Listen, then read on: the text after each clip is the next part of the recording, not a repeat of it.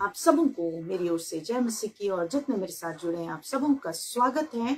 और जितने मेरे साथ इस घड़ी पहली दफा भी जुड़े हैं, प्रभु के अनुग्रह को आप प्राप्त करें, प्रभु के आप प्रेम को प्राप्त करें। और जैसा हम सब जानते हैं, ये समय है, हम एक आराधना, एक छोटी प्रार्थना के साथ आराधना में आगे बढ़ेंगे और प्रभु की उपस्थिति को मांगेंगे। वो परमेश्वर बहुत सामर्थी ईश्वर है, वो हम सबों से उन्होंने प्रेम किया है। और बाइबल बताती है वो प्रेम इतना गहरा है कि उन्होंने अपने प्राणों का बलिदान दिया। बहुत सारे लोगों का कहना है कि यीशु मसीह क्यों मर गए, है ना। ये बहुत बड़ी बात है, आपको इसे समझना है, क्योंकि बाइबल बताती है उन्होंने अपनी इच्छा से अपने प्राणों का बलिदान दिया और अपने प्राणों को दिया और फिर वापस ले भी लिया। वो परमेश्वर सामर्थी हैं। और बाइबल ये भी बताती है कि प्रभु यीशु मसीह स्वर्ग छोड़कर आए, इस संसार में मानव का रूप धारण किया, हमारे बीच में उन्होंने डेरा किया और उन्होंने अपने प्रेम को अपने बलिदान के द्वारा प्रकट किया। वो दुख उठाए, उन्होंने अपने पीठ पर कोड़ों की मार सह ली और अपने प्राणों का बलिदान दिया। वो मारे गए, गाड़े गए और तीसरे दिन मृतकों में से जी उठे। और अच्छा, आप लोगों को मेरी आवाज आ रही है? अगर आ रही है तो आप हाँ लिखिए। और जैसा हम जानते हैं, बाइबल बताती है वो तीसरे दिन मृतकों में से जी उठने वाले परमेश्वर हैं और आज भी वो हमारे बीच में चल फिर रहे हैं। हालेलुया। और जैसा हम सब जानते हैं, जो जीवित है वो काम करते हैं, है ना। तो इसी तरीके से यीशु मसीह ने अपने कामों के द्वारा, हाँ आ रही है, आवाज आ रही है, अपने कामों के द्वारा लोगों को यीशु मसीह ने अपने परिचय को दिया। और कई एक हैं जो इस आराधना में जुड़े और कई एक क्या, जितने जुड़ रहे हैं सबों को यीशु मसीह ने अपने सामर्थ का परिचय दिया है। सबसे पहले उन्होंने अपनी शांति दिया है, वो शांति जो संसार हमें नहीं देती है। और कई एक के जीवन को यीशु मसीह ने आशीषित किया, परिवारों को ब्लेस किया है और रोगों से चंगा किया है, तकलीफों से निकाला है, डिप्रेशन से बाहर निकाला है। और संकट में यीशु मसीह ने कई एक की सहायता किया है, क्योंकि जैसा मैं कह रही हूँ वो जीवित परमेश्वर है। बाइबल बताती है जब हम उन्हें पुकारते हैं वो हमारी सहायता करते हैं। तो एक प्रार्थना के साथ हम इस आराधना को आगे बढ़ाएंगे और उसके बाद हम कुछ गवाहियों को सुनेंगे कि किस तरह से आज के इस युग में भी यीशु मसीह ने अपने परिचय को दिया है, सामर्थ्य के परिचय को दिया है, अपने जीवित होने का प्रमाण यीशु मसीह ने कामों के द्वारा हमारे बीच में प्रकट किया है। और आप भी विश्वास के साथ बने रहें, क्योंकि अंत में फिर आपके लिए चंगाई की प्रार्थना होगी। उससे पहले हम परमेश्वर के जीवित वचनों की ओर बढ़ेंगे और परमेश्वर के दास सुधांशु हमारे साथ हैं, जो आप तक परमेश्वर के वचन को शेयर करेंगे, आप तक प्रभु के बाइबल से जो प्रभु की इच्छा है वो आप तक पहुंचाएंगे। और जिन वचनों को आप सुनते हैं उसे आप सुने, समझें, अपने जीवन में ग्रहण करें, क्योंकि जो बाइबल के वचनों को ग्रहण करते हैं वो आशीषित होते हैं।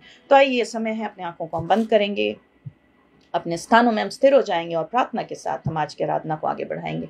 प्रभु, हम धन्यवाद करते हैं समय के लिए, धन्यवाद करते हैं प्रभु आपके प्रेम के लिए, धन्यवाद करते हैं प्रभु हम आपके अनुग्रह के लिए कि आपने प्रभु हम मानव जाति से प्रेम किया और प्रभु यहाँ तक प्रेम किया कि अपने प्राणों का बलिदान भी दिया, कि उस बलिदान के द्वारा हम बचने पाए।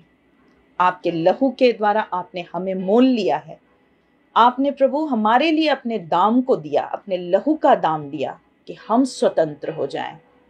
और जितने आपके लहू पर विश्वास करते हैं, जितने आपके बलिदान पर विश्वास करते हैं, जितने आपके क्रूस पर विश्वास करते हैं, वो नाश नहीं होते परंतु अनंत जीवन पाते हैं। मेरे यीशु मसीह नासरी, आपने हम हर एक के जीवन में भी अनुग्रह को दिया और धन्यवाद करते प्रभु इस समय के लिए, धन्यवाद करते हैं प्रभु इस घड़ी के लिए। एक सुंदर उपाय आपने किया कि हर संडे और ट्यूसडे समय से प्रभु लोग आपके सम्मुख आए, नियुक्त समय से प्रभु आप अपने सामर्थ को उनके जीवन में प्रकट करें। यीशु मसीह, आज इस आराधना में भी आपकी उपस्थिति मांग रहे हैं, आपके पवित्र आत्मा के अभिषेक को मांग रहे हैं और मांगते हैं प्रभु अपने लहू के द्वारा हम प्रत्येक को, जितने इस आराधना में जुड़ रहे हैं, सबों को अपने लहू से धोकर शुद्ध और पवित्र कीजिए। हमारे गुनाहों को, अपराधों को मिटा दीजिए। और यीशु, मांगते हैं, ये आपकी संतान है, हर परिस्थिति में इन्हें संभालिए, सुरक्षा दीजिए, और इनके विश्वास को प्रभु आप दृढ़ कीजिए। महान परमेश्वर, जैसा आपने बीते समय में कई एक के लिए काम किया, आज के आराधना में भी प्रभु आप अपने लोगों के जीवन में काम कर रहे हैं। हम आपका हृदय से धन्यवाद करते हैं और सारी महिमा आपके नाम को देते हैं। और फिर से प्रभु आपके दास सुधांशु को आपके हाथों में सौंपते हैं। प्रभु उनके होंठों को छू लीजिए, अपने पवित्र आत्मा के द्वारा अभिषेक कीजिए और जो वचन प्रभु आपने अपने लोगों के लिए रखा है उसे आपके लोगों तक पहुंचाने में आप सहायता कीजिए, ताकि उस वचन के द्वारा हर एक आप में बल प्राप्त करने पाए, आप में दृढ़ होने पाए और आपके वचन के द्वारा हर एक का जीवन फलवंत होने पाए। सारी महिमा फिर से प्रभु हम आपके नाम को देते हैं, आपके लोगों को आपके लोगों की सुरक्षा में सौंपते और प्रभु इस पूरे आराधना को आपके कंट्रोल में सौंपते हैं। हर डिस्टर्बेंस को दूर कीजिए, गड़बड़ी की आत्मा यीशु नाम से दूर होने पाए, भटकाने वाली बातें यीशु नाम से दूर होने पाए। महान यीशु, हर एक के विश्वास को आप दृढ़ कीजिए, अविश्वास की बातों को दूर कीजिए, ताकि लोग अपने जीवन में आपकी आशीष को ग्रहण करने पाए। सारे रुकावट और डिस्टर्बेंस को दूर कीजिए जो आपके लोगों को आपकी संगति में बैठने से रोकती है। प्रभु यीशु, आपके अधीनता में हर एक को सौंपते इस प्रार्थना को यीशु नाम से मांगते हैं। दया से सुनिए और ग्रहण कीजिए। आमीन।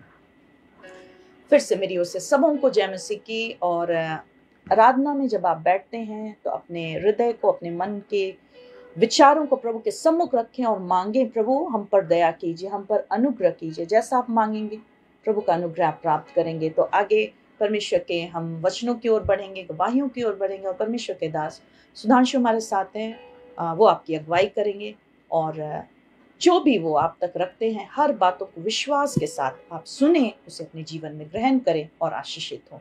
तो तब तक के लिए सब उनको फिर से जय मसीह की।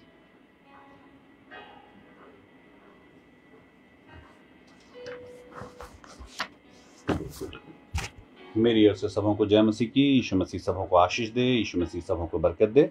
और आइए हम लोग जल्दी से आगे बढ़ेंगे सभा में। और कुछ डिस्टर्बेंस हुआ था शुरू में और आवाज़ नहीं आ रही थी। अभी आ रही है मेरी आवाज़? आप लोगों को ठीक से आ रही है? अगर आ रही है तो हाँ बोलिए। और उसके बाद हम लोग फिर सभा में आगे बढ़ेंगे और गवाहियों में हम लोग जाएंगे। जल्दी से एक दीजिएगा। और हम लोग जल्दी से गवाहियों में जाएंगे, उसके बाद हम लोग वचन में जाएंगे और उसके बाद हम लोग फिर आपके लिए विशेष अंत में प्रार्थना करेंगे। तो आइए हम लोग कुछ गवाहियों में जाएंगे। ठीक है, अभी आवाज़ आ रही है। बीच में गीत के समय में बिल्कुल ही डिस्टर्बेंस हो गया था और शायद आप लोग को सुनाई नहीं दे रहा था। लेकिन यीशु मसीह आप सबों को आशीष दे, यीशु मसीह आप सबों के जीवन में काम करे।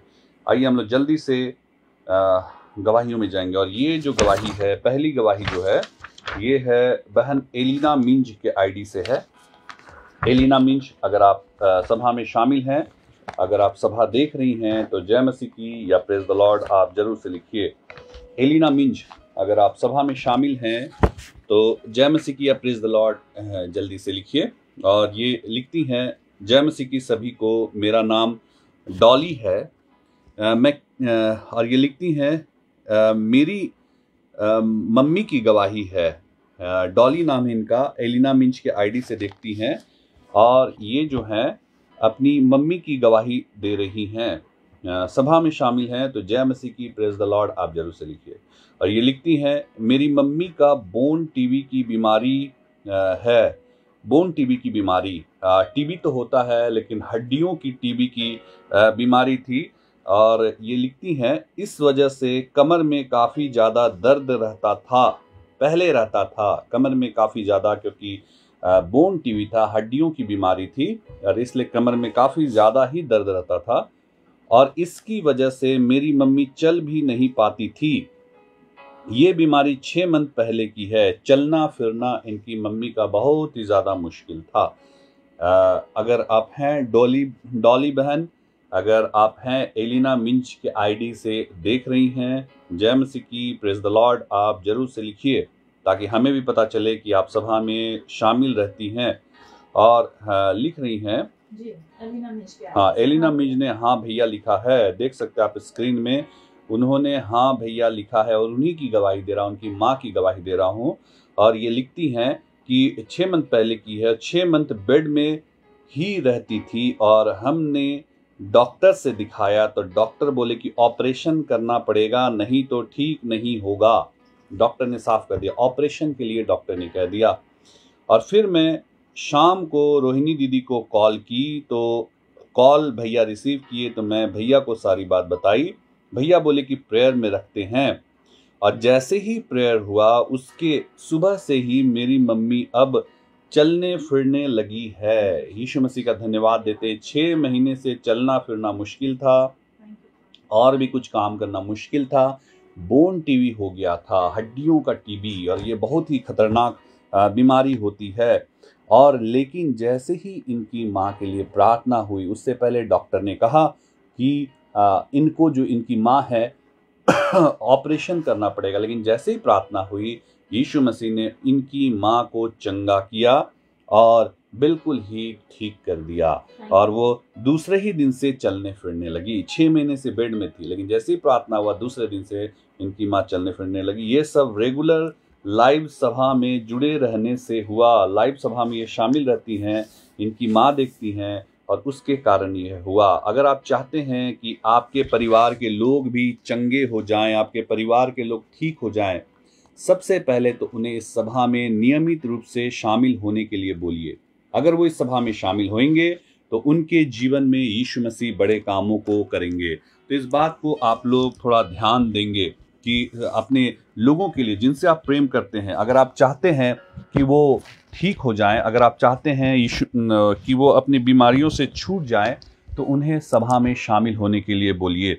और देखिए अब जो है इनकी माँ जो है ठीक हो चुकी हैं। यीशु मसीह का हम धन्यवाद देते हैं।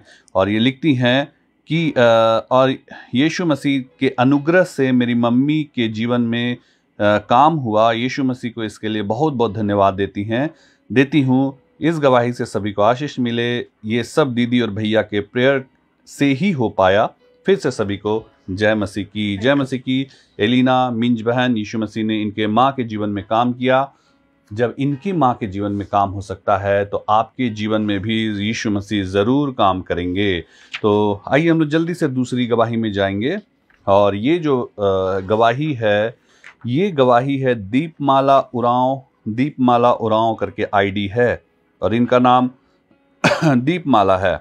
और दीपमाला उरांव करके आईडी है।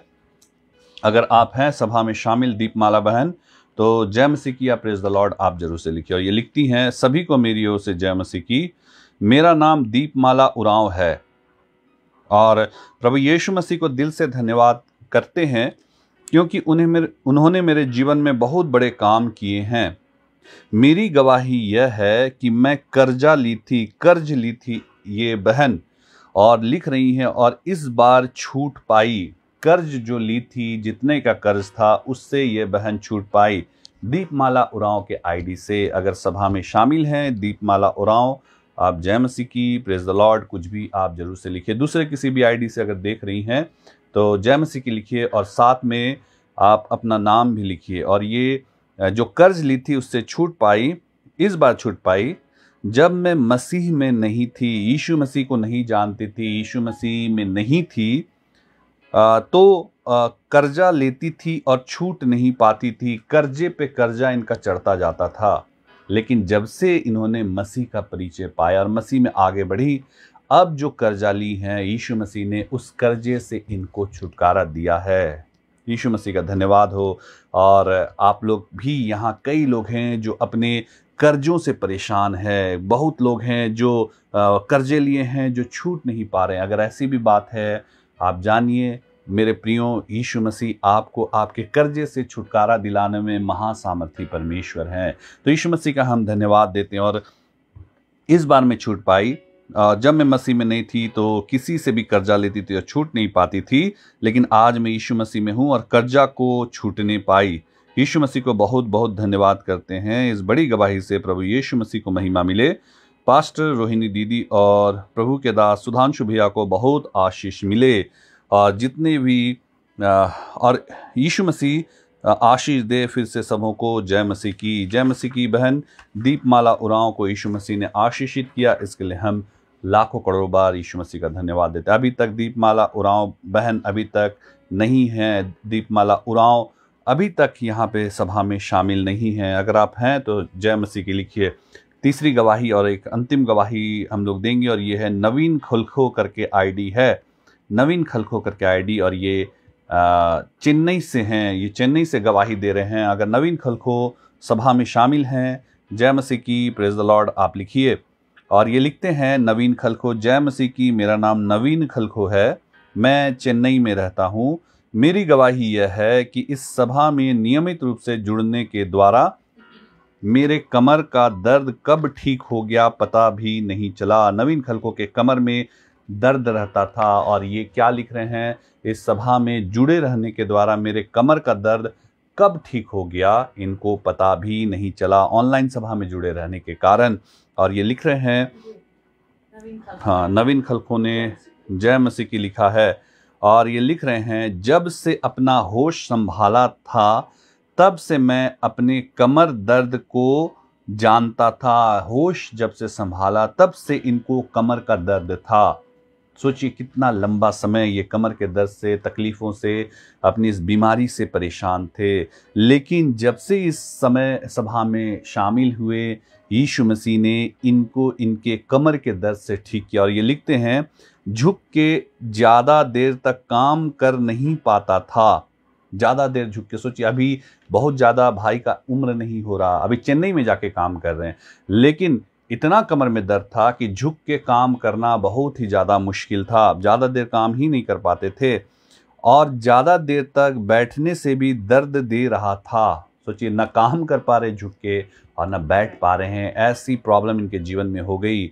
और अब मैं इस सभा से चंगा हो गया हूँ। इस सभा में जुड़े रहने के कारण भाई चंगे हो गए हैं। अब मुझे दर्द नहीं देता है, चाहे वो झुक के काम करे, चाहे ज़्यादा देर बैठे। नवीन खलखो ने फिर से हालेलुया धन्यवाद यीशु लिखा है, उन्हीं की गवाही में दे रहा हूँ, और यीशु मसीह ने इनके जीवन में काम किया। बहुत सारे यहाँ पे लोग होंगे जो अपने कमर के दर्द, पीठ के दर्द, गर्दन के दर्द और भी बहुत सारे बीमारियों से ग्रसित होंगे, नस के प्रॉब्लम, जिसके लिए डॉक्टर ने लंबी लंबी दवाइयाँ दी, कईयों को ऑपरेशन के लिए बोला गया, कईयों को बहुत सारी चीज़ों के लिए बोला गया, लेकिन वो ठीक नहीं हुए। लेकिन मेरे प्रियो, आप जानिए, प्रभु यीशु मसीह आपको चंगा करने में महासामर्थी परमेश्वर हैं। और कैसे ये ठीक हुए? बस इस सभा में नियमित रूप से शामिल हुए और यीशु मसीह ने इनको चंगा किया। और अब मुझे दर्द नहीं देता है, यीशु मसीह ने मुझे पूरी तरीके से चंगा कर दिया है। इस सभा में जुड़ने के द्वारा मैंने अपने 10 साल से ऊपर के कमर के दर्द से छुटकारा पाया है। मिनिमम 10 ईयर्स इनके कमर के दर्द का हो गया था, और ऐसा हो नहीं सकता कि इन्होंने दवाइयाँ नहीं ली होंगी, डॉक्टर के पास नहीं गए होंगे, सब चीज़ किया, लेकिन ठीक नहीं हुआ। लेकिन यीशु मसीह ने इनके जीवन में काम किया, और यीशु मसीह का हम जितना भी धन्यवाद दें उसके लिए बहुत ही कम है। यीशु मसीह का धन्यवाद हो। और अब ये अपने कमर के दर्द से पूरी रीति से चंगे हो गए। यीशु मसीह को लाखों करोड़ों बार धन्यवाद देता हूँ, और दीदी और भैया को यीशु मसीह आशीष दे। सभी को जय मसीह की। जय मसीह की भाई। यीशु मसीह आपको आशीष दे, और इसी रीति से प्रभु में बने रहिए। यीशु मसीह को धन्यवाद दीजिए। यीशु मसीह आपके जीवन में काम करेंगे। और यहाँ पे मैं फिर कर रहा हूँ, लोगों के जीवन में काम होते हैं। यहाँ लोग सभा में जुड़ते हैं और आप गवाहियाँ नहीं देते हैं, गवाही आप नहीं देते हैं, और आप चाहते हैं कि आपके लिए प्रार्थना हो और यीशु मसीह आपके लिए काम करें, तो बहुत ही मुश्किल है मेरे प्रियो। अगर आपने गवाही नहीं दी और आप प्रार्थना के लिए कहेंगे, तो फिर यहाँ प्रार्थना करना मुश्किल हो जाएगा, और यीशु मसीह से भी आप काम की आशा फिर नहीं रख सकते। अगली बार जब आपके जीवन में परेशानियाँ आएंगी, तो आप नहीं बोल सकते कि यीशु मसीह मेरे जीवन में काम कीजिए, क्योंकि आपने अपनी गवाही नहीं दी। हम लोग वही गवाही बोलते हैं, वही गवाही के लिए हम लोग डिमांड करते हैं जो आपके जीवन में यहाँ जुड़ने के द्वारा काम हुए हैं, कहीं और की नहीं। यहाँ जुड़े, आप इस ऑनलाइन सभा में जुड़े और आपके जीवन में काम हुए, इस आपने प्रार्थना करवाया, आपके जीवन में काम हुए, लेकिन आप अपनी गवाही को छुपा कर बैठते हैं। अगर आप ऐसा करते हैं तो जानिए कि आप प्रभु की गवाही को नहीं देते हैं। आप गवाही दीजिए, लिखिए जरूर से, ताकि यीशु मसीह और भी आपको आशीषित करे। तो इन बातों से हम सबों को आशीष मिले। आइए हम लोग जल्दी से वचन में आगे बढ़ेंगे और देखेंगे प्रभु यीशु मसीह हमसे क्या बातचीत करना चाहते हैं। तो अपनी आंखों को बंद करेंगे, सरों को झुकाएंगे और प्रभु की उपस्थिति को मांगेंगे और प्रभु के अनुग्रह को मांगेंगे। यीशु मसीह की मांगेंगे कि यीशु मसीह आप हमारे जीवन में काम करें। तो आइए हम लोग जल्दी से प्रार्थना में आगे बढ़ें। एक छोटी सी प्रार्थना करें और उसके बाद हम लोग तुरंत वचन में आगे बढ़ेंगे। अपने आंखों को बंद करेंगे, सरों को झुकाएंगे। आइए हम प्रार्थना करें। प्यारे प्रभु यीशु मसीह, धन्यवाद देते हैं सारी बातों के लिए, सारी बरकतों के लिए, सारी आशीषों के लिए प्रभु जी। और यीशु मसीह दयालु परमेश्वर, अभी जब वचन का प्रचार हो, लोगों के जीवन को छू लीजिए प्रभु जी, लोगों के जीवन से बातचीत कीजिए प्रभु यीशु मसीह। मुझे अपने वेदी के अंगारों से मेरे होंठों को छू लीजिए ताकि जितने वचन निकले सारे निर्माणकारी वचन होने पाए। आपकी इच्छा, योजना, मर्जी अपने प्रियों से बताइए प्रभु जी, कैसे उन्हें चलना है, कैसे उठना है, कैसे बैठना है, सारी बातों को बताइए ताकि इनका जीवन आशीषमय होने पाए। जो जुड़ते हैं प्रभु जी, उनके जीवन में काम कीजिए। यीशु मसीह इनके जीवन को बदल दीजिए। प्रार्थना प्रभु यीशु मसीह नासरी के पवित्र, मीठे और महासामर्थ्य नाम से मांग लेते हैं। दया से सुनिए और स्वर्ग राज्य में से ग्रहण कीजिए। आमीन। तो आइए हम लोग जल्दी से वचन में आगे बढ़ेंगे और देखेंगे प्रभु यीशु मसीह हमसे क्या बातचीत करना चाहते हैं। तो धन्यवाद देते हैं सारी बातों के लिए। आज थोड़ा सा शुरू में थोड़ा डिस्टर्बेंस हो गया, जो आवाज़ आपको गीत की नहीं आ रही थी, लेकिन हम लोगों ने थोड़ा सा उसको फिक्स करने की कोशिश की। तो यीशु मसीह आपको आशीष दे। और आइए हम लोग वचन में आगे बढ़ेंगे। और अगर हम लोग निकालेंगे याकूब की पत्री, उसका 1 अध्याय और उसका 26 पद, तो वहाँ पे एक बात लिखा हुआ है जो यीशु मसीह का वचन हमें बतलाता। और आज की ये जो सभा है, आज का ये जो सेशन है, ये संडे का सेशन जो है, ये जो विश्वासी भाई बहन है उनके लिए विशेष होता है। लेकिन आप भी सीखना है। मैं पढ़ दे रहा हूँ क्योंकि उधर तक आवाज़ नहीं, थोड़ी सी प्रॉब्लम होगी, ज़ोर से पढ़ना पड़ेगा। मैं पढ़ दे रहा हूँ इस वचन को, आप लोग ध्यान से सुनिए।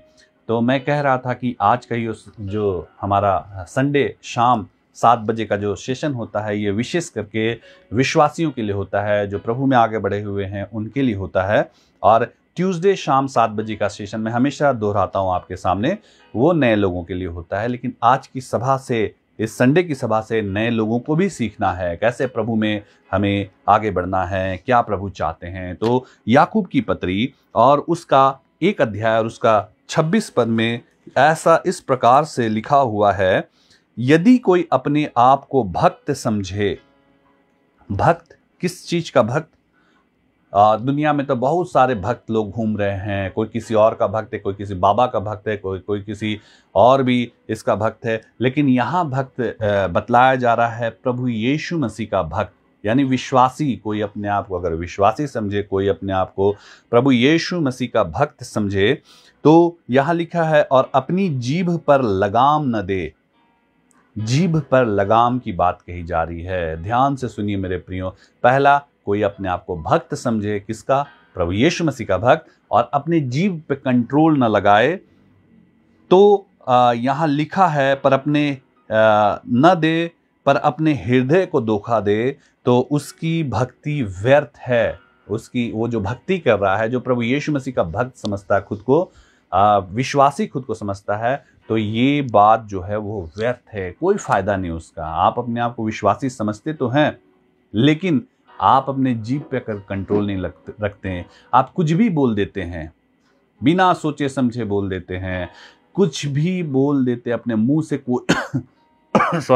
कोई भी बात निकाल देते हैं। तो आपकी भक्ति, प्रभु यीशु मसीह कह रहे हैं, व्यर्थ है, कोई फायदा नहीं है मेरे प्रियो। एक विश्वासी को सोच समझ कर भी बोलना है। ऐसा नहीं कि हम बोल दिए, कुछ भी बोल दिए और उसके बाद बोल रहे हैं नहीं ये तो गलती से हो गया। गलती से नहीं होता मेरे प्रियो। आपने जो कहा है, आपने जो किया है, सब कुछ प्रभु देखते हैं। इसलिए हमें विश्वासियों को विशेष करके बहुत ही कंट्रोल में बोलना है, कुछ भी ऐसे ही नहीं बोल देना है। तो इस बात को मैं फिर से कर रहा हूँ मेरे प्रियो, थोड़ा आप लोग ध्यान दें, क्योंकि बाइबल बताती है। आप अपने आप को भक्त तो समझ रहे हैं, विश्वासी तो समझ रहे हैं, लेकिन आप क्या कर रहे हैं? अपने जीभ पे अपने कंट्रोल नहीं कर रहे हैं, तो आपकी भक्ति जो है प्रभु के वचन के हिसाब से व्यर्थ है। क्यों व्यर्थ है? यहाँ पे भी हम लोग देखेंगे सभोपदेशक उसका 5 अध्याय और उसके 6 पद में हम लोग देखेंगे, तो वहाँ पे हम लोग एक बात देख सकते हैं। ध्यान से सुनिए मेरे प्रियो, कोई वचन कहकर अपने को पाप में ना फंसाना। बाइबल बताती है कोई बात आपने बोल दिया और उसके बाद बोलेंगे नहीं नहीं, हमने तो वो सोचकर नहीं बोला था, हमने ये सोचकर नहीं बोला था, हमारे मुंह से गलती से निकल गया। तो बाइबल बताती है कोई भी वचन बोलकर अपने आप को पाप में मत फंसा देना। और क्योंकि वह यहाँ लिखा है कोई भी वचन कहकर अपने आप को पाप में न फंसाना और न ईश्वर के दूत के सामने कहना कि यह भूल से हुआ, मैंने गलती से कह दिया, ये बात मत करना। परमेश्वर क्यों तेरा बोल सुनकर अप्रसन्न हो और तेरे हाथ के कार्यों को नष्ट करे? क्योंकि हम विश्वासी बोल देते हैं, हम नहीं जानते कि प्रभु यीशु मसीह हमें देख रहे हैं। वो नहीं देख रहे होते तो आप जो विपत्ति में जब पड़ते हैं और प्रभु को पुकारते हैं, प्रभु यीशु मसीह आपको बचा लेते हैं। तो हम ये क्यों भूल जाते हैं कि हम अगर बोलते हैं तो प्रभु उन बातों को भी सुनते हैं। तो ऐसा नहीं कि ऐसे ही फटाक से हम कुछ भी बोल दें, ऐसे ही बोल दें और उसके बाद बोले नहीं नहीं हमने तो ये भूल से कह दिया था, तो प्रभु इस बात को स्वीकार नहीं करेंगे। बाइबल लिखी है क्यों आपके हाथों के काम, क्यों आपके हाथों के परिश्रम व्यर्थ ठहरे? क्योंकि विश्वासी लोग कई बार बहुत सारी विपत्तियों में चले जाते हैं। कुछ तो है जो शैतान आपके जीवन में लाता है, लेकिन कुछ है जिसको आप खुद इनवाइट करते हैं अपने जीवन में। बोलते आ जाओ मेरे जीवन में, आओ मुझे विपत्ति में डालो। कैसे? जब हम परमेश्वर के वचनों की उल्टे कामों को करने लगते हैं, परमेश्वर का वचन जो कहता है उसके विपरीत कामों को करने लगते हैं, तो हम अपने जीवन में खुद ही संकट को बुलाते हैं, खुद बोलते हैं आओ और मेरे जीवन में राज करो। बाइबल में मत्ती रचित सुसमाचार में भी अगर हम लोग जाएंगे तो प्रभु यीशु मसीह इन्हीं बातों को कह रहे हैं। और वो 12 अध्याय और उसके 34 से लेकर 37 पद में अगर हम लोग देखेंगे तो यहाँ देखिए प्रभु यीशु मसीह क्या कह रहे हैं। ध्यान से सुनेंगे, थोड़ा कड़वा लगेगा, लेकिन जब आप इन बातों को सुनेंगे तो यीशु मसीह आपके जीवन में काम करेंगे। पढ़िए 12 अध्याय उसके हे सांप के बच्चों। देखिए बाइबल में क्या लिखा है, हे सांप के बच्चों। और ये मैं नहीं कह रहा मेरे प्रियो, ये प्रभु यीशु मसीह का वचन है।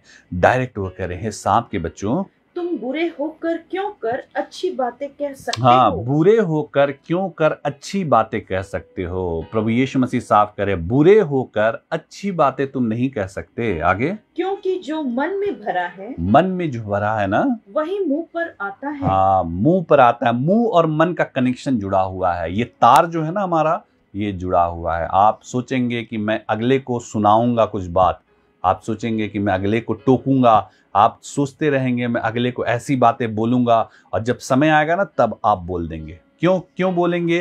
क्योंकि जो मन में भरा है ना वही आपके मुंह में आएगा, वही आपके मुंह से एक दिन उगल दिया जाएगा। तो सबसे पहले अगर मुंह से कुछ नहीं बोलना है तो आपको अपने मन की रक्षा करनी है। हम लोगों ने पिछले दिनों सुना था, सबसे अधिक अपने मन की रक्षा कर, क्योंकि जीवन का जो मूल स्रोत है ना वो यही है। सबसे पहले अपने मन को संभाल। कुछ भी बोलता है तू तो विश्वासी होके बोल देता है, कुछ भी तू उगल देता है, ऐसा नहीं चलेगा।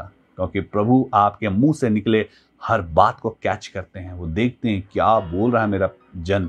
और यहाँ पे लिखा है साफ साफ, यीशु मसीह क्या बोल रहे हैं, हे सांप के बच्चों। फिर से पढ़िए, हे सांप के बच्चों, तुम बुरे होकर क्यों कर अच्छी बातें कह सकते हो? हाँ, बुरे हो कर कैसे तुम अच्छी बातें कह सकते हो? तुम बुरे हो तो अच्छी बातें तुम कह ही नहीं सकते। आगे, क्योंकि जो मन में भरा है, जो मन में तेरा भरा है ना वही मुंह पर आता है। वही तेरे मुंह पर आएगा, एक दिन तेरे मुंह पर आएगा। आगे, भला मनुष्य मन के भले भंडार से भली बातें निकालता है। जो भला मनुष्य है, जो अच्छा मनुष्य है ना, वो अपने मन के भले भंडार से भली बातें निकालेगा। क्योंकि तेरे मन का भंडार जो है भला है तो तू भली बातों को निकालेगा। बहुत लोग को मैं देख रहा हूँ, चर्च के लोग भी हमारे बहुत लेट से ज्वाइन करते हैं। आप लोग घर में रहते हैं और लेट से ज्वाइन करते हैं, ठीक है। हाँ, दीपमाला उड़ाओ, आप अभी आ रहे हैं, हालेलुया लिखा है, आपकी गवाही मैंने दे दी, जो कर्जे में आप फंसी थी, आपको यीशु मसीह ने कर्जे से छुटकारा दिलाया। आप लोग समय से आया कीजिए, इतना लेट आएंगे तो कोई फायदा नहीं होगा, प्रभु से आप कुछ नहीं पा सकते हैं। तो यहाँ लिखा है, तू मन के भले भंडार से भली भांति बातें निकालता है और बुरा मनुष्य बुरे भंडार से बुरी बातें हाँ, निकालता है। जैसा तेरा भंडार है वैसा ही तेरा फल निकलेगा। भला मनुष्य मन के भले भंडार से भली बातें निकालता है और बुरा मनुष्य मन के बुरे भंडार से बुरी बातें निकालता है। आगे, और मैं तुमसे कहता हूँ कि जो जो निकम्मी बातें मनुष्य कहेंगे, हाँ, जो जो निकम्मी बातें मनुष्य कहेंगे, न्याय के दिन हर एक बात का लेखा देंगे। हाँ, न्याय के दिन हर एक बात का वो लेखा देंगे। जो जो निकम्मी बातें मनुष्य कहेंगे, न्याय के दिन हर एक बात का वो लेखा देंगे। इसलिए निकम्मी बातें नहीं बोलना मेरे प्रियो। आप निकम्मी बातें बोलकर अपने ऊपर विपत्ति लाते हैं। आप सोचते हैं अरे हम तो बोल दिए, कौन सुनने वाला है, लेकिन आप जानिए आप विश्वासी हैं तो आप और ज्यादा, आपके ऊपर तो परमेश्वर की निगाहें हैं। आप ऐसे परमेश्वर के पास आए हैं, उस परमेश्वर के पास आए हैं जिसका नाम यीशु मसीह है, और उस परमेश्वर के पास आए, जब आप संकट में पड़ते हैं ना, वो आपको फटाक से उसी समय बचा लेते हैं। तो आपका चाल चलन, आपका बोली, आपका व्यवहार, आपका उठना, आपका बैठना, हर कुछ उस परमेश्वर की निगाह में रहता है। लोग और भी चीजें परमेश्वर के जनों को बोलने से पहले कुछ सोचते नहीं है, वो कुछ भी बोल देते हैं। हर सोचते हैं कि हम तो कुछ भी बोल सकते हैं। नहीं मेरे प्रियो, साफ लिखा, जो जो बातें तुम निकम्मी बातें कहोगे ना, न्याय के दिन हर एक बात का तुमको लेखा देना पड़ेगा। न्याय तो बाद में होगा, एक न्याय तो हमारा यहीं पे हो जाता है, ऑन द स्पॉट न्याय हमेशा हो जाता है। हम शैतान को, हम दुष्ट आत्मा को खुद अपने जीवन में बुलाते हैं। मैं हमेशा कहता हूं, जब हम प्रभु को अपने जीवन में स्थान देते हैं ना, जब यीशु मसीह को अपने जीवन में स्थान देते हैं, तो यीशु मसीह के लहू का बाड़ा हमारे चारों ओर लगा रहता है। यीशु मसीह अपने लहू के बाड़े से हमें घेर लेते हैं। ऐसे ही हमें दुष्ट आत्मा, कैसे हमें दुष्ट आत्मा छोड़ के भागती है? क्योंकि वो यीशु मसीह का लहू है जो सामर्थी है, जो ऐसा है जो हमें बचाता है, और वो अपने लहू के बाड़े से हमें घेर के रखते हैं। लेकिन जब हम कुछ करते हैं, ऐसे कुछ काम करते हैं, हम उस लहू के बाड़े को तोड़ते हैं और दुष्ट आत्माओं को मौका देते हैं, तुम आओ मेरे जीवन में राज करो। इसलिए बहुत ही सोच समझ के बोलना। एक बाइबल की एक घटना है और पुराने नियम की घटना है, और हम गिनती की पुस्तक में अगर जाएंगे तो वहाँ की ये घटना है, गिनती की पुस्तक और उसके 12 अध्याय और उसके 1 से 15 में अगर हम लोग देखेंगे तो वहाँ पे हम एक घटना देखते हैं। देखिए, ध्यान से आप लोग वचन सुनिए, पढ़िए। मूसा ने तो एक कूशी स्त्री के साथ ब्याह कर लिया हाँ, था, सो मरियम और हारून उसकी उस ब्याहता कूशी स्त्री के कारण उसकी निंदा करने लगे। हाँ, मरियम और हारून ये मूसा के भाई और बहन थे, और हारून से जो मूसा था वो छोटा था, और ये मूसा जो था वो परमेश्वर का जन था, परमेश्वर ने उसको चुना था, परमेश्वर ने सेवा के लिए उसको चुना था। और ये लोग जो थे, हारून और मरियम, क्या करने लगे? वहां पे हम देखने लगे कि उसकी निंदा करने लगे। किसकी निंदा? मूसा की निंदा, जिसको परमेश्वर ने चुना है।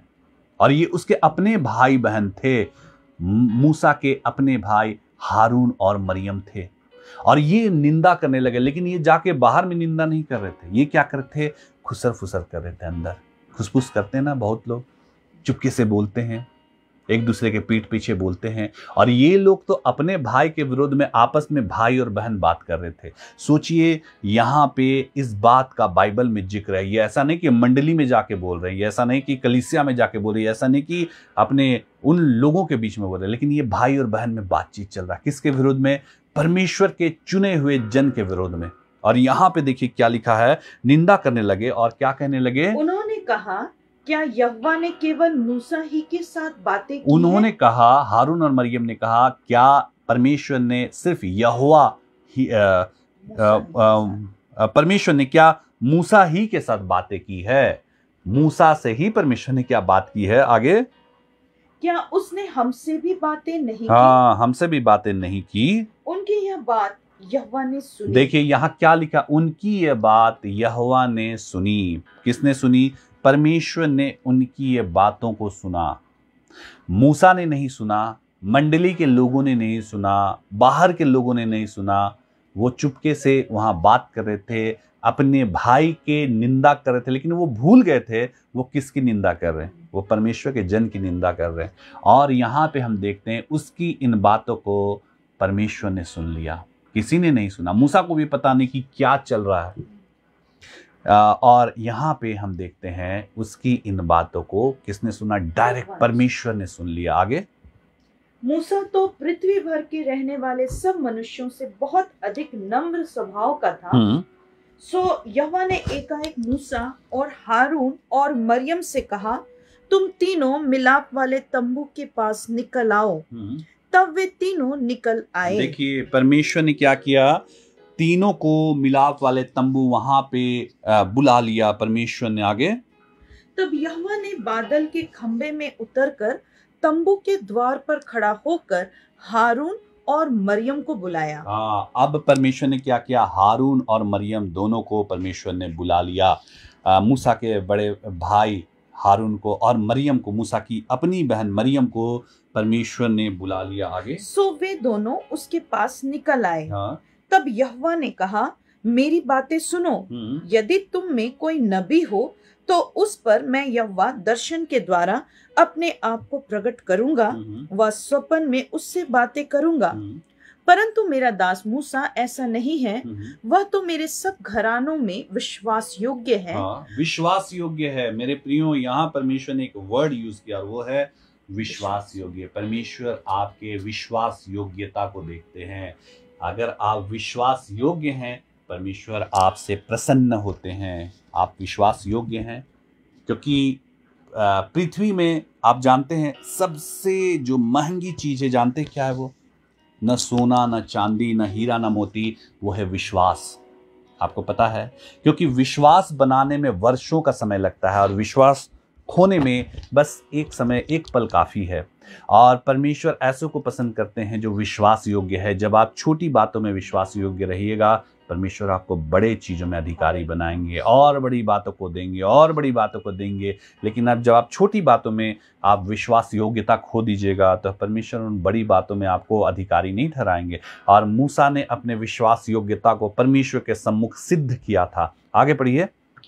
उससे मैं गुप्त रीति से नहीं, परंतु आमने सामने और प्रत्यक्ष होकर बातें करता हूँ। हाँ, और वह यहोवा का स्वरूप निहारने पाता है। हाँ, हाँ, सो तुम मेरे दास मूसा की निंदा करते हुए क्यों नहीं डरे? हाँ, हाँ, देखिए यहाँ परमेश्वर क्या बोल रहे हैं, तुम मेरे दास मूसा की निंदा करते हुए क्यों नहीं डरे। परमेश्वर कह रहे क्यों नहीं डरे तुम? तुम्हारा भाई होगा वो, लेकिन वो मेरा जन है, वो मेरा चुना हुआ जन है, उसके साथ में रहता हूँ, उसके द्वारा मैंने कितने बड़े बड़े काम किए। तुम उसके बारे में बोलने से पहले ये तो सोचते कि उसके साथ मैं रहता हूँ। और निंदा कहाँ से होती है? मुंह से होती है। बाइबल में हम लोगों ने क्या सुना? अपने जीभ की चौकसी कर, अपने जीभ में कंट्रोल कर। अगर कोई समझे कि वो भक्त है और अपने जीभ पे लगाम न दे, तो उसकी भक्ति व्यर्थ है। ये लोग विश्वासी थे, हारून मरियम विश्वासी थे, लेकिन जीभ पे इन्होंने कंट्रोल नहीं लगाया और परमेश्वर इस बात को सुना, परमेश्वर रुष्ट हो गए। इसलिए विश्वासी लोग मेरे प्रियो बहुत ही कंट्रोल करके चलना है। विश्वासी का मार्ग इतना आसान नहीं है, कंट्रोल करके हमें चलना है, क्योंकि आप सुरक्षा चाहते हैं। तो आप जानिए परमेश्वर खड़े हैं आपके हमारे बीच में, तो आपको सुरक्षा मिलती है। तो परमेश्वर जब खड़े हैं तो हमें कंट्रोल से भी चलना है। और यहाँ पे देखिए क्या कहा, तुम मेरे दास मूसा की निंदा करते हुए क्यों नहीं डरे। परमेश्वर साफ साफ इस बात को कह रहे हैं। निंदा मैंने कहा ना, मुंह से होती है। मन में जो चलता है वही मुंह से निकलता है। और हारून और मरियम के मन में बहुत दिनों से बहुत सारी चीज़ों को हो रहा था, बहुत सारी चीज चल रहे थे। आप लोग कौन कौन है भाई? रोज मेरी खेस एंड बहुत सारे लोग हैं आप लोग जो वचन के बीच में अपने निवेदन डालते हैं और चाहते हैं यीशु मसीह आपके काम करें। आप लोग को बार बार मैं कह रहा हूं कि आप लोग वचन सुनिए, क्योंकि ये परमेश्वर के काम करने का समय है। अगर आप वचन नहीं सुनिएगा, यीशु मसीह काम नहीं करेंगे। वचन सुनते सुनते लोग चंगे हो जा रहे हैं। तो आप लोग वचन में ध्यान दीजिए। क्या बताया जा रहा है? आपका ध्यान तो अपने निवेदन देने में है, तो यीशु मसीह कैसे काम करेंगे? आप चाहते हैं परमेश्वर काम करें, वचन पे ध्यान दीजिए, क्या परमेश्वर कहना चाह रहे हैं। सिर्फ हम अपने निवेदन डालते रहेंगे और परमेश्वर के वचन को पहला स्थान नहीं देंगे तो कोई फायदा नहीं है। इसलिए आप लोग अभी जितने लोग जुड़ रहे हैं, या तो आप लोग सभा में रेगुलर जुड़ते नहीं हैं, या सिर्फ आप लोग ऐसे ही जुड़ जाते हैं। वचन पे ध्यान दीजिए। और यहाँ पे मैंने क्या कहा, हारून और मरियम के मन में बहुत बातें चल रही होंगी पहले से। कूशी स्त्री का तो सिर्फ एक बहाना था, इनके मूसा के ऊपर दोष लगाना था, निंदा करने लगे मूसा पे। और क्या कहा, उनका असली पॉइंट ऑफ व्यू तो यहाँ आया। उन्होंने क्या कहा, क्या मूसा से ही परमेश्वर ने बातें की, क्या हमसे बातें नहीं की? और इस बात पे मूसा पे वो दोष लगाने लगे।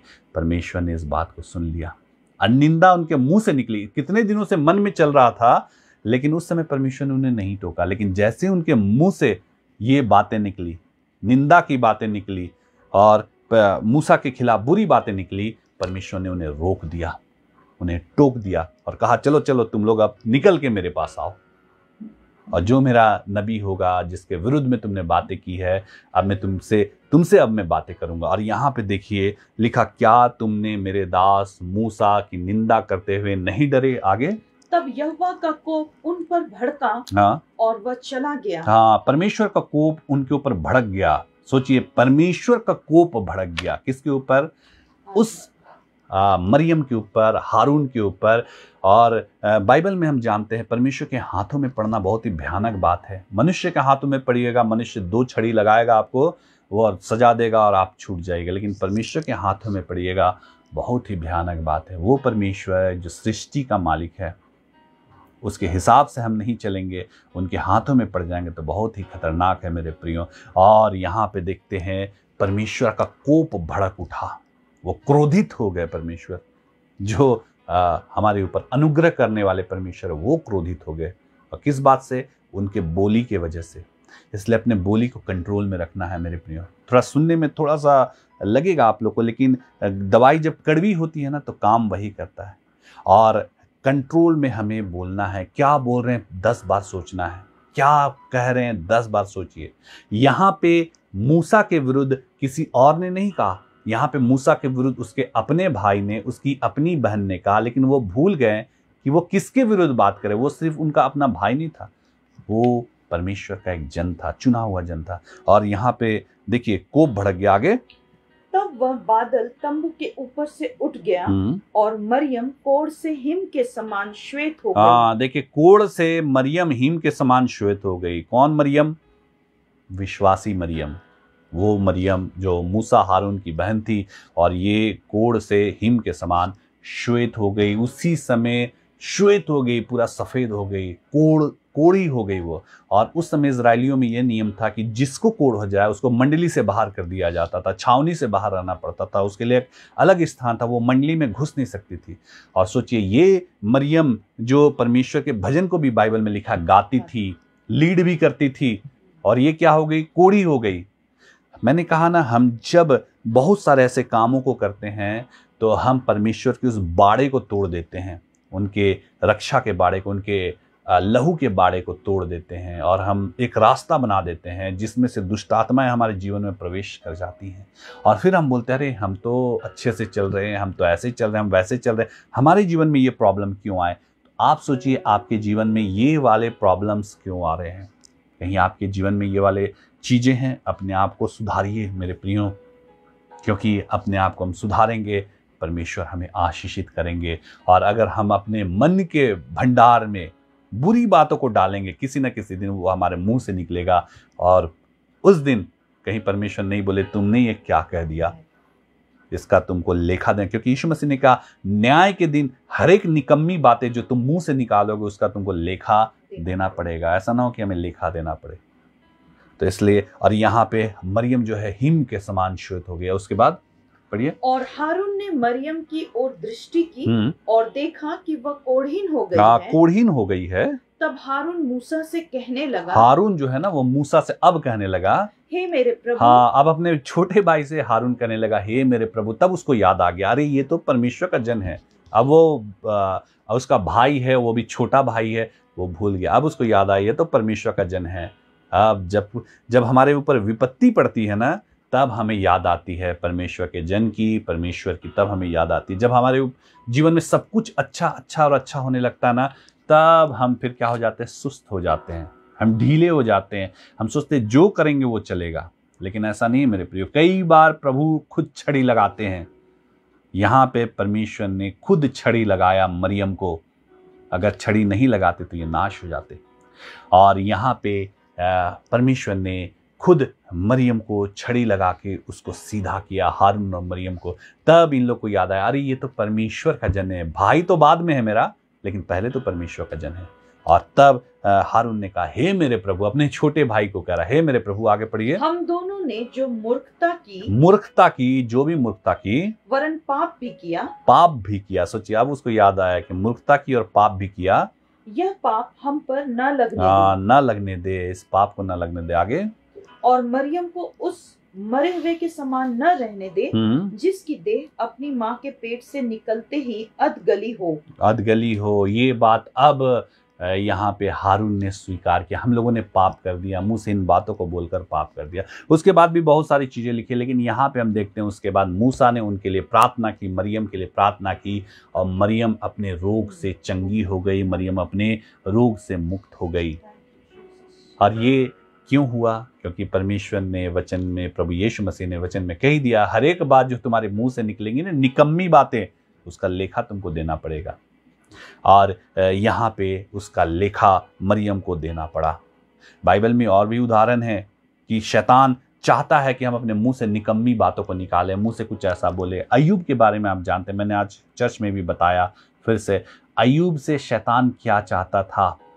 अय्यूब जब परमेश्वर के पास शैतान गया, क्या कहा उसने? तूने उसके चारों तरफ तो बाड़ा बांध के रखा है, तूने उसको सुरक्षा दी है, तूने उसको ऊंचा उठाया, तूने उसको ये दिया, तूने उसको वो दिया, एक बार तू हाथ बढ़ा के अय्यूब को छू, एक बार तू अपने जो बाड़ा है उसको तू हटा दे, देख अय्यूब मुंह में परमेश्वर तेरी निंदा करेगा।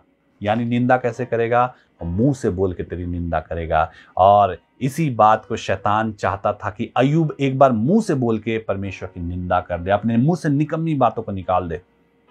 और इसी बात में शैतान ने बहुत सारे चीजों को अय्यूब के ऊपर दुख लाया। लेकिन हम जानते हैं बाइबल में कि अय्यूब ने अपने मुंह से कभी भी परमेश्वर की निंदा नहीं की, निकम्मी बातों को नहीं बोला, ऐसी बातों को नहीं बोला जिसका उसको लेखा देना पड़े। शैतान हमसे कई बार चाहता है हम मुंह से कुछ तो बोल दे, कुछ तो निकाल दे, लेकिन मुंह से हम तब निकालेंगे जब हमारे मन के बुरे भंडार में बुरी बातें फंसी हुई हैं, और वही बुरी बातें हमारे मुंह से होकर निकलेगा। लेकिन अगर हमारा मन का भंडार अच्छा है, उसमें अच्छी बातें हैं, तो हमारे मन के अच्छे भंडार से बुरी बातें नहीं निकल सकती मेरे प्रियो। अगर करेला को आप पीसिएगा तो उसमें से शहद नहीं टपकेगा, करेला को पीसिएगा तो कड़वा ही निकलेगा। उसी प्रकार अगर शहद को आप किसी चीज में डालिएगा तो वो डलते डलते वो करेला नहीं बन जाएगा। जो चीज जिस भरा हुआ है वही निकलेगा, जो चीज जिसमें डला हुआ है वही निकलेगा। उसी प्रकार हमारे मन में अगर ऐसी बातें हैं जो बुरी हैं, तो एक दिन बुरी बातें ही हमारे मुंह से होकर निकलेंगी। और अगर हमारे मन में अच्छी बातें हैं तो हमारे मुंह से अच्छी बातें होकर निकलेंगी। दूसरी बात है मेरे प्रियो, आप ये मत सोचिए कि आप रूम में, आप घर में अपने भाइयों से, अपने बहनों से, अपने पति से, अपने पत्नी से, अपने बच्चों से कुछ बातें कहते हैं जो निकम्मी बातें हैं, तो उसको परमेश्वर नहीं सुनेंगे, उसको भी परमेश्वर सुनते हैं। बोलने से पहले डरना है, बोलने से पहले 10 बार सोचिए हम क्या बोल रहे हैं, हम किसके बारे में बोल रहे हैं, हम किन बातों को बोल रहे हैं। कहीं ऐसा तो नहीं कि परमेश्वर रुष्ट हो जाए। सबसे डेयरिंग इंसान जानते हैं कौन है दुनिया में? सबसे हिम्मती लोग, सबसे कलेजा वाले, बड़े कलेजे वाले लोग जानते कौन है? विश्वासी। विश्वासी जो यीशु मसीह पे भरोसा करते, जो अपने आप को विश्वासी कहते हैं ना, सबसे वो लोग हिम्मत वाले होते हैं। और क्यों हिम्मत वाले? क्यों? क्योंकि कुछ भी होगा तो हम प्रभु के पीछे चलेंगे, ये वाली बात नहीं। हिम्मती इसलिए है क्योंकि वो सब जानते हैं कि सृष्टि के मालिक के साथ हम चल रहे हैं, फिर भी गलत काम करने से नहीं रुकते। आप जानते हैं कि आपको छड़ी लग सकता है, फटाक से आपको छड़ी लग जाएगा, लेकिन फिर भी वो अपने गलत कामों से रुकते नहीं हैं। चल रहे हैं सृष्टि के मालिक के साथ, लेकिन डरते नहीं हैं कि हम किसके साथ चल रहे हैं, हम किसके पास आए हैं। आप जानते हैं आपको फटाक से अभी दुष्ट आत्मा आपके जीवन में प्रवेश कर सकती हैं। प्रभु अपने लहू का बाड़ा जो आपके चारों ओर बांधे हैं वो आप तोड़ सकते हैं अपनी गलती की वजह से, लेकिन हम डरते नहीं हैं। सबसे हिम्मती लोग मसीह के लोग होते हैं, जो विश्वासी खुद को कहलाते हैं। और सोचिए, हारून और मरियम ने जब मूसा के विरुद्ध बातें की तो क्या उनको नहीं पता था मूसा के साथ कौन चलते हैं, मूसा को किसने बुलाया, मूसा के द्वारा काम कौन करते। क्या मूसा काम करता था? नहीं। मूसा में क्या था? कुछ नहीं था, लेकिन परमेश्वर ने मूसा को चुन लिया, इसलिए मूसा स्पेशल बन गया। और हम विश्वासी लोग भी डरते नहीं हैं। हम लोग कुछ भी बोल देते हैं, कुछ भी कर देते हैं, कुछ भी हम लोग निकम्मी बातों को मुंह से निकाल देते हैं और हम सोचते हैं कि हमें कुछ नहीं होगा। और आप अपने हर निकम्मी बातों का प्रतिफल इस यहाँ पे भी पाते हैं और न्याय के दिन भी आपको उन बातों का लेखा देना पड़ेगा। अय्यूब से शैतान बस इतना चाहता था कि निकम्मी बातें अपने मुंह से कुछ तो निकाले, लेकिन अय्यूब विश्वासियों का विश्वासी था। वो जानता था कि मुझे इन बातों को मुंह से नहीं निकालना। और क्यों नहीं निकालना? क्योंकि उसके मन में ये गंदी बातें घूमते नहीं रहती थी। उसके मन का जो भंडार था ना, वो भला भंडार था, और भले भंडार में बुरी चीजें नहीं रह सकती। अगर उसका मन का भंडार बुरा रहता ना, तब उसमें से बुरी बातें निकलती। इतना विपत्ति आया अय्यूब के जीवन में, लेकिन उसने कभी भी परमेश्वर के विरुद्ध में या कोई चीज़ में उसने बुरी बातों को नहीं कहा, निकम्मी बातों को नहीं कहा। लास्ट में हम लोग देखते हैं कि उसके अपने शरीर में शैतान ने बहुत सारी चीज़ों को डाल दिया, विपत्तियां डाल दी, सब चीज़ छीन गया। और उसकी पत्नी ने भी कहा, पत्नी के द्वारा शैतान ने बातें की और कहा, पत्नी ने कहा कि क्या तू अब भी अपनी खराई पे बना है? परमेश्वर की निंदा कर, यानी मुंह से बोल परमेश्वर के विरोध में, और मर जाए तो मर जाए। लेकिन अय्यूब ने यहाँ भी अपने मुंह से कोई बातें ऐसी नहीं निकाली। बाइबल में लिखा, उसने कोई भी ऐसी बातें नहीं निकाली। उसने कहा कि हम जो परमेश्वर से सुख लेते हैं, क्या दुख न ले? तू एक मूढ़ स्त्री की सी बातें करती हैं। और यहाँ भी हम देखते हैं कि उसने अपने मुंह से निकम्मी बातें नहीं निकाली, और ये परमेश्वर के लेखे में उसके लिए धर्म का काम गिना गया। मेरे प्रियो, मेरे विश्वासियों, क्या आप कोई भी बातें ऐसे ही निकाल देते हैं, बिना सोचे समझे निकाल देते हैं, और आप सोचते हैं कि सब चलेगा? नहीं, परमेश्वर के सामने नहीं चलेगा मेरे प्रियो, यीशु मसीह के सामने नहीं चलेगा। जब उसने हारून को नहीं छोड़ा परमेश्वर ने, जब परमेश्वर ने मरियम को नहीं छोड़ा, तो हम किस खेत की मूली हैं? हम क्या हैं? हम कुछ भी नहीं है। वो तो बहुत बड़े विश्वासी लोग थे, हारून, मरियम, मूसा, और भी बाइबल में और भी कई लोगों का जिक्र है। वो तो विश्वासियों के विश्वासी थे। जब वो लोग नहीं बचे तो हम कहाँ हैं? हमारी तो कोई बिसात भी नहीं है। इसलिए बाइबल हमें साफ साफ बतलाता है कि न्याय के दिन हरेक जो तुम निकम्मी बातें बोलोगे, चाहे तुम घर में रूम के अंदर बोलो, अपने पति से बोलो, अपनी पत्नी से बोलो, अपने बच्चे से बोलो, अपने माता पिता से बोलो, और अपने रिश्तेदारों से बोलो, चाहे कुछ सुन रहा हो, चाहे कोई भी नहीं भी सुन रहा हो, लेकिन तुम्हें लेखा तो देना पड़ेगा। कोई भी बातें कहकर, बाइबल में आपने सबोपदेशक में सुना, कोई भी बातें कहकर मत बोलना ये गलती से हो गया, ये भूल से हो गया। परमेश्वर के दूतों के सामने मत बोलना यह भूल से हो गया। क्यों परमेश्वर तेरी बातों के कारण रुष्ट हो और तेरे हाथों के काम को व्यर्थ ठहराए? इसलिए मेरे प्रियो, बहुत सोच समझ के हम विश्वासियों को चलना है, बहुत सोच समझ के हमें बातें करनी है, बहुत सोच समझ के हमें ऐसी निकम्मी बातों से बचना है, ताकि हम विपत्ति में खुद ना पड़े। परमेश्वर की वचनों से हम सबों को बहुत आयत की आशीष मिले। आशा है आपने सीखा, एक स्टेप और सीखा, कैसे हमें चलना है, कैसे हमें उठना है, कैसे हमें बैठना है, ताकि परमेश्वर के लहू के बाड़े को हम खुद ना तोड़े। जब तक हम नहीं तोड़ेंगे ना, दुष्ट आत्माएं प्रवेश नहीं करेंगी। हम अपने हाथों से उस लहू के बाड़े को तोड़ देते हैं और दुष्ट आत्माओं को इनवाइट करते, आओ मेरे जीवन में आओ। और यही जब इनवाइट करते दुष्ट आत्माएं, ऐसा नहीं कि वो सिंह लेके आएंगी, वो आएंगी तो आपके जीवन में रोग, दुख, बीमारी, परेशानियां और भी कर्जे, केस मुकदमे, बहुत सारी चीज़ों को लेकर आती, अलग अलग रूपों में आती हैं, और हम फिर उन विपत्तियों में जूझते हैं। तो इन बातों से हमें आशीष मिले। आप देखिए, अपने जीवन को जांचिए, कहीं विपत्तियां इसलिए तो नहीं है कि आपने कुछ ऐसी बातें कह दी अगर कह दी तो क्षमा मांगिए। प्रभु क्षमा करने वाले परमेश्वर, क्षमा मांग के आगे बढ़िए। यीशु मसीह तो क्षमा करने के लिए हमें आए हैं। तो इन सारी बातों से हमें आशीष मिले। आइए हम लोग प्रार्थना में जाएं, और जब पास्टर अभी प्रार्थना करेंगे आप मांगिए अपने। अब आप अपने निवेदनों को डाल सकते हैं, जो भी निवेदन डालना अब आप लिखिए, अब आप मांगिए। जब पास्टर प्रार्थना करेंगे आप दोहराइए अपने निवेदन को, यीशु मसीह के सम्मुख रखिए। यीशु मसीह आपको आशीषित करेंगे। तो आइए हम प्रार्थना में जाएं। सबों को जय मसीह की।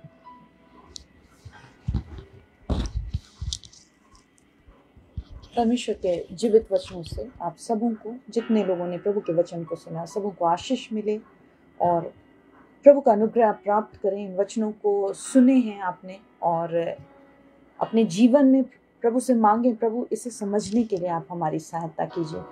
साथ ही परमेश्वर के दास को और अधिक अभिषेक मिले और आने वाले समय में इसी रीति से हम परमेश्वर के वचनों को आगे भी सुन पाएं और अपने जीवन में आशीषों को ले पाएं।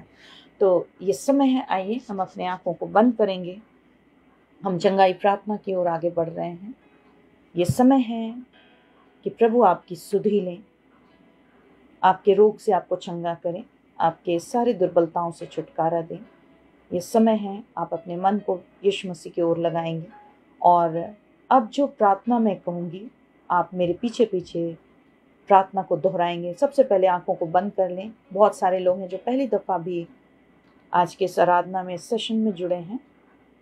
ये समय है आप भी अपने आंखों को बंद कर लें, अपने स्थान में स्थिर हो जाएंगे और आप परिवार में बैठे हैं, बच्चों के साथ हैं या आप अपने मित्रों के साथ हैं, आप प्रत्येक आंखों को बंद कर लें। बातचीत नहीं करेंगे ताकि प्रभु अपने सामर्थ्य को आपके बीच में प्रकट करें, आपके दुखों को दूर करें।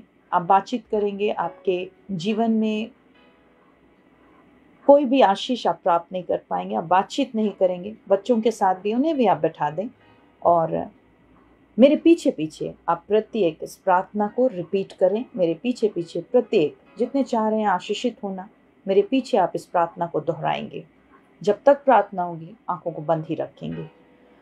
प्यारे प्रभु यीशु मसीह, हम आपके पास आए हैं, हम पर दया कीजिए, हम पर अनुग्रह कीजिए, और अपने लहू से हमें शुद्ध कीजिए। हमारे पापों को आप मिटा दीजिए, हमारे रोगों को आप चंगा कीजिए, हर श्रापों को हमारे जीवन से आप दूर कीजिए। यीशु मसीह हम पर अनुग्रह कीजिए, हम पर दया कीजिए और हमें आशीषित कीजिए। यीशु मसीह हमने आपके नाम पर विश्वास किया है। हम सबों के नाम जीवन के पुस्तक में आप लिख दीजिए। यीशु मसीह हमें अपने संतान होने का अधिकार दीजिए। हमारी सुधि लीजिए, हमें छुटकारा दीजिए। यीशु के नाम से प्रार्थना मांगते हैं। दया से सुनिए और ग्रहण कीजिए। आमीन। आंखों को बंद रखेंगे और अब ये समय है जब आपके लिए मैं प्रार्थना करूंगी और इस बीच आप अपने सारे समस्याओं को, आपके जितने भी प्रॉब्लम्स है, चाहे आप अपने रोग में पड़े हैं, आपके जीवन में बहुत सारे तकलीफ हैं, यदि आप असफलता में हैं, यदि आपके जीवन में निराशा है, आप डिप्रेशंस में हैं, आप कमी में हैं, कर्ज में हैं और भी बातों में परेशान हैं, सारी बातों को आप अपने मन में प्रभु यीशु मसीह के नाम लेकर पुकारें कि प्रभु इन बातों से यीशु आप हमें छुटकारा दीजिए। मेरे ये रोग हैं, मेरे ये समस्या है, यीशु मसीह हम पर दया कीजिए, हमें चंगा कीजिए। आप प्रत्येक अपने मन में, आप किसी से नहीं कहेंगे, अपने मन में आपके जितने भी समस्या हैं, आपके प्रॉब्लम्स हैं, आप यीशु मसीह के सम्मुख रखें और जब मैं प्रार्थना का अंत करूंगी आप भी अपने स्थान में आमीन ज़रूर बोलें। मन में आमीन नहीं बोलना है, आपको बोलना है ताकि आपके बोलने के द्वारा यीशु मसीह आपके जीवन को आशीषित करें। तो अंत में आप आमीन ज़रूर बोलेंगे और बिल्कुल अपने स्थान में स्थिर रहेंगे। प्रभु, इस घड़ी यीशु हम आपका धन्यवाद करते हैं आपके अनुग्रह के लिए। हम धन्यवाद करते हैं प्रभु यीशु आपके प्रेम के लिए, और धन्यवाद करते हैं प्रभु यीशु मसीह आपके इन सामर्थ्य वचनों के लिए। यीशु मसीह नासरी, हम धन्यवाद करते हैं प्रभु कि आपके लोगों से आपने बातचीत किया। इस घड़ी भी प्रभु यीशु वे अपने सारे बातों से मन फिराने पाए और अपने जीवन में प्रभु आपके अनुग्रह को प्राप्त करने पाए। जो इस घड़ी विपत्तियों में हैं, समस्या में हैं, श्रापों में पड़े हैं, रोग में पड़े हैं और बहुत सारे गलत संगति में पड़े हुए हैं, बहुत सारे बुरी आदतों में पड़े हुए हैं, यीशु आपके लहू के द्वारा इस घड़ी ये छुटकारे को प्राप्त करने पाए। इनके जीवन से हर एक बंधन टूटने पाए, हर एक तरह के शैतान की युक्तियों को, देखी अनदेखी ताकतों को, हर एक तरह की बुरी शक्तियों को और हर एक तरह के तंत्र मंत्र जादू टोने बान को यीशु नाम से इस घड़ी अधलोक में डालते हैं। यीशु के नाम से हर एक बंधन टूटने पाए। हर एक जो इस घड़ी यीशु आपके नाम को ले रहे हैं, आप पर विश्वास कर रहे हैं, आप उनकी सुधि लीजिए। अपने पवित्र आत्मा के द्वारा उनके विश्वास को दृढ़ कीजिए और यीशु बड़ी बड़ी गवाहियों के साथ प्रत्येक को आप खड़ा कीजिए। इस घड़ी हर एक तरह के सर दर्द को यीशु के नाम से दूर करते हैं। जितने भी सर के तकलीफ हैं, न्यूरो से जुड़े हुए जितने भी बीमारियां हैं, रोग हैं, यीशु नाम से वो दूर होने पाए। इसी घड़ी हर एक तरह के माइग्रेन के दर्द यीशु नाम से दूर होने पाए। जितने भी सर के तकलीफ हैं, ट्यूमर हैं, क्लॉटिंग्स हैं, यीशु नाम से वो दूर होने पाए। जितने भी ब्रेन हैमरेज के पेशेंट्स हैं, यीशु नाम से वे चंगे हो जाएं और हर तरह के आंखों के दर्द, कानों के दर्द इस घड़ी यीशु नाम से दूर होने पाए। आंख और कान से जुड़े हुए जितने भी तकलीफ हैं, दर्द हैं, बीमारियां हैं और हर तरह के इन्फेक्शंस यीशु नाम से दूर होने पाए। हर एक तरह के गले के दर्द, टॉन्सिल्स के जितने भी दर्द हैं, थ्रोट इन्फेक्शंस हैं, यीशु नाम से वो इस घड़ी दूर होने पाए। मुंह के छाले, मुंह के घाव, मसूड़ों के हर एक तरह के दर्द, दांतों के दर्द यीशु नाम से दूर होने पाए। पायरिया के बुरे लक्षण इस घड़ी यीशु नाम से दूर होने पाए। हर एक तरह के चेस्ट इन्फेक्शन यीशु नाम से दूर होने पाए। हर एक तरह के जितने भी निमोनिया के बुरे लक्षण हैं, यीशु नाम से दूर होने पाए। जितने भी सांस लेने के तकलीफ, ऑक्सीजन लेवल में जो भी गड़बड़ी है, यीशु नाम से वो दूर होने पाए। प्रभु, इनके ऑक्सीजन लेवल को बिल्कुल स्टेबल कीजिए। यीशु नाम के द्वारा ये चंगे होने पाए। हर एक तरह के जितने भी छाती से जुड़े हुए जितने भी दर्द हैं, यीशु नाम से वो दूर होने पाए।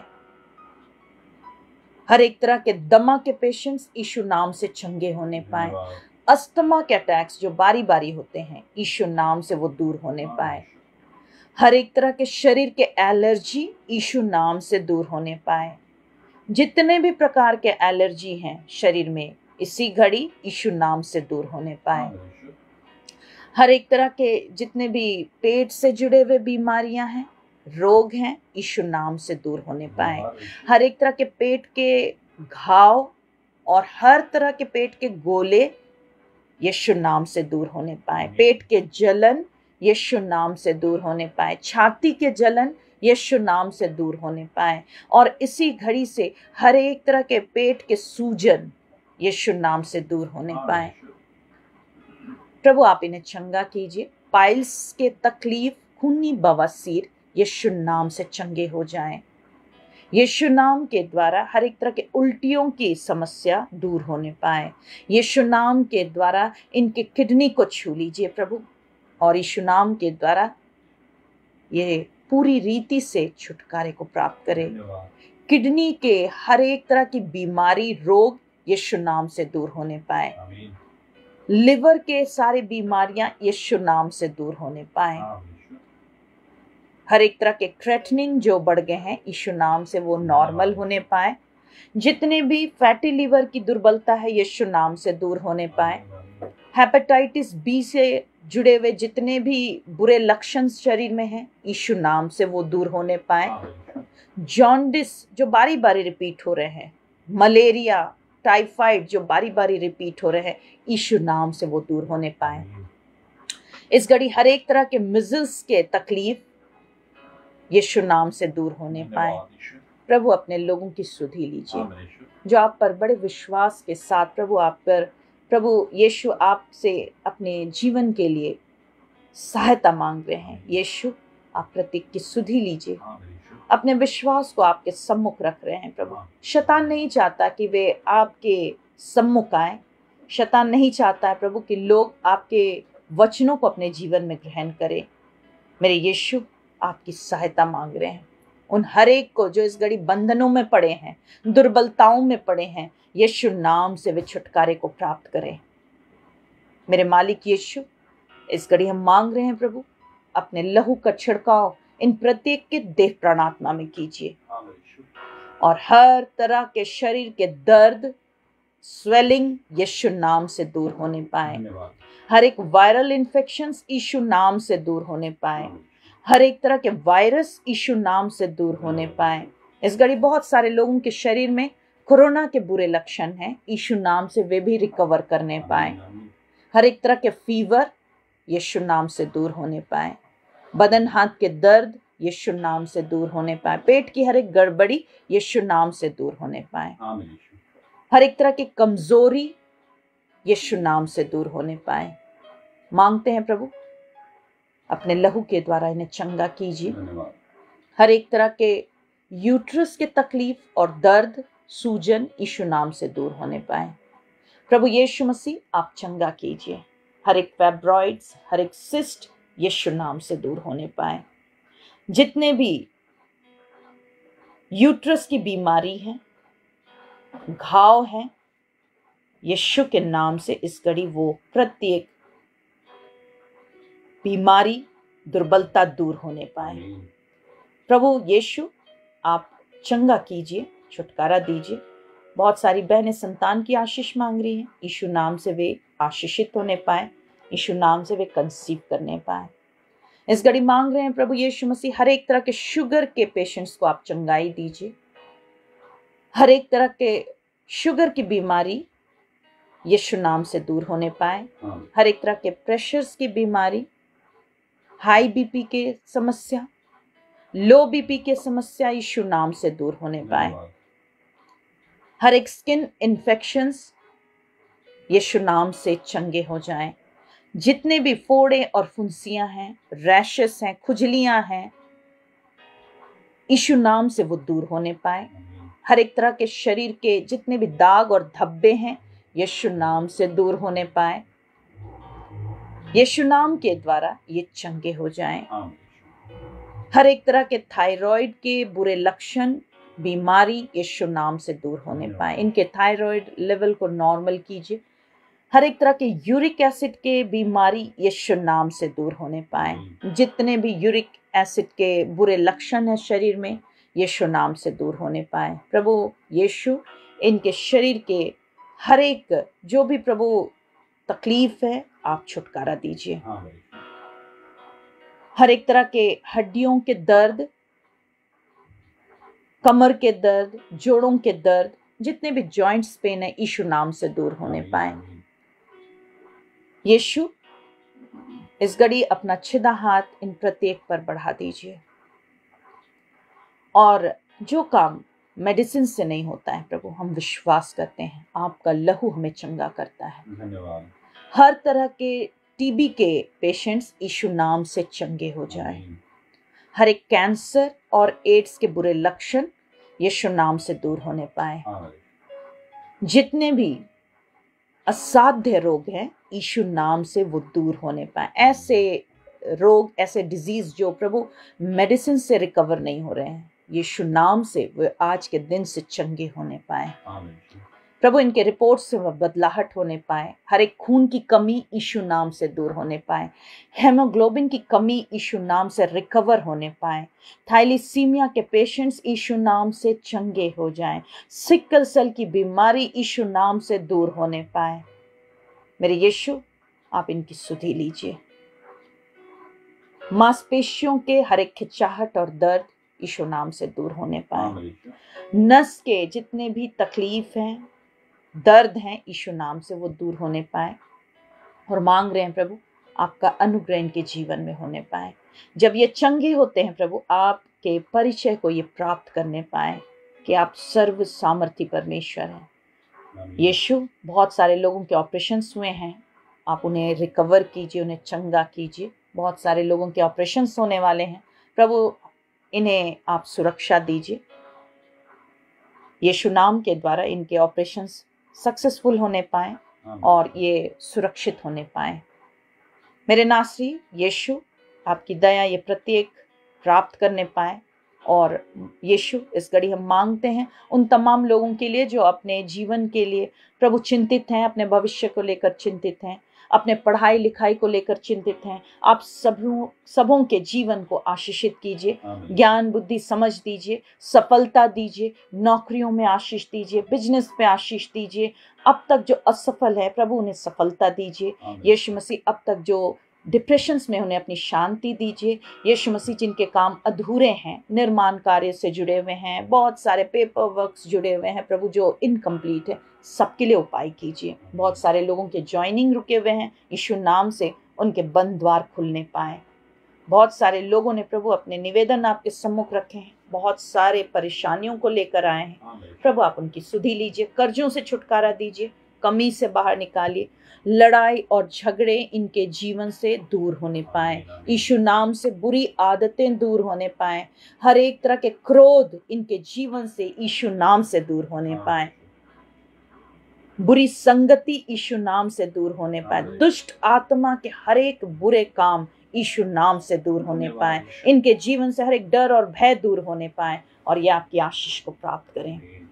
मेरे मान परमेश्वर, सारी महिमा आपके नाम को देते हैं। हमारे चर्च ऑफ फेथ की मंडली ने, अन्य लोगों ने भी अपने भेंटों को आपके सम्मुख रखा, अपने दान, अपने दशवांश को आपके सम्मुख रखा है प्रभु। इनके हाथों को, इनके पर्स को आशीषित कीजिए, इनके पॉकेट्स को आशीषित कीजिए, कभी खाली होने ना पाए प्रभु। यीशु मसीह, बड़ा प्रतिफल अपने जीवन में प्राप्त करे। मनुष्य और पशु की हिफाजत कीजिए और हर कमी से इन्हें बाहर निकालिए। इनके भंडार में किसी भी भली वस्तु की घटी होने ना पाए।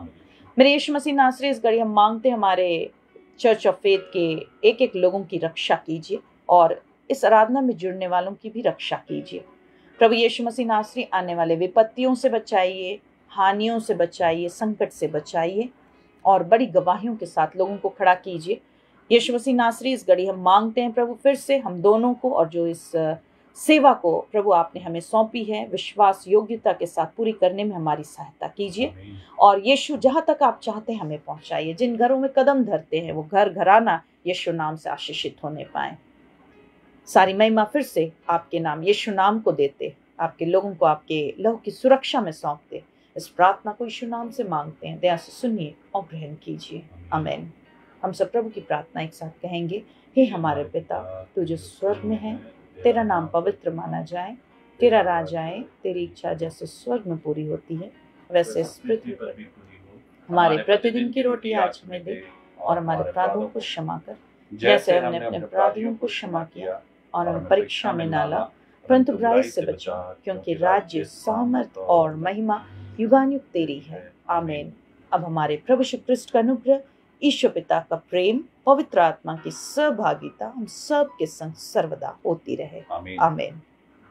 सबों को जय मसीह की। ठीक है, हम लोग कुशलता से विदा होंगे। यीशु मसीह आप सभी को आशीष दे। और ये जो सभा है प्रत्येक मंगलवार और रविवार शाम 7 बजे से चलाई जाती है। समय से आइए आप लोग, अगर चाहते हैं प्रभु आपके जीवन में, यीशु मसीह आपके जीवन में समय से काम करे तो समय से यहाँ पे शामिल होइए। दूसरी चीज़ है कि आपके जीवन में जो भी गवाहियाँ यहाँ जुड़ने से हो रही हैं, आप ज़रूर से लिख के डालिए, क्योंकि ऐसा हो नहीं सकता कि आपके जीवन में गवाहियाँ नहीं हो रही हैं। यहाँ जितने लोग जुड़ रहे हैं सबों को यीशु मसीह चंगा कर रहे हैं, सबों के जीवन में यीशु मसीह काम कर रहे हैं। अगर आप गवाहियाँ अपने नहीं डालिएगा तो फिर आपके लिए काम होना भी मुश्किल है। तीसरी बात है, जो लोग चाहते हैं उनके लिए विशेष फ़ोन से प्रार्थना हो, तो पहले तो आप 4 लाइव सभा में शामिल होना है। ये लाइव सभा हर एक मंगलवार, रविवार शाम 7 बजे से चलाई जाती है। 4 लाइव सभा में शामिल होइए। उसके बाद आप हमें फ़ोन कर सकते हैं। फ़ोन करने का समय दिन के 12 बजे से रात के 8 बजे तक है। मैं फिर से कह रहा हूँ, दिन के 12 बजे से रात के 8 बजे तक ही फ़ोन करने का समय है। आप फ़ोन करेंगे, हम लोग ज़रूर आपके फ़ोन को रिसीव करेंगे। रिसीव उस समय नहीं कर पाते तो हम लोग बाद में आपको कॉल बैक भी करते हैं। तो अपनी गवाहियाँ ज़रूर से लिख के डालिए ताकि यीशु मसीह आपके जीवन में काम करें। हमारा यूट्यूब चैनल है रोहिणी थापा के नाम से, आप उसको भी जाके ज़रूर से सब्सक्राइब कीजिए। यीशु मसीह आपको आशीष देंगे, क्योंकि वहाँ कुछ गीत डले हुए हैं और गवाहियाँ यही है कि गीतों को सुनते सुनते भी लोग चंगे हो जा रहे हैं। तो इन बातों से आप सबको आशीष मिले। फिर से हम लोग ट्यूसडे मंगलवार शाम 7 बजे लाइव हम लोग फिर से जुड़ेंगे, आपके लिए प्रार्थना करेंगे। समय से आइए, समय से आशीष पाइए। तो फिर से मंगलवार शाम 7 बजे से हम लोग फिर से मिलेंगे। तब तक के लिए सबों को जय मसीह की।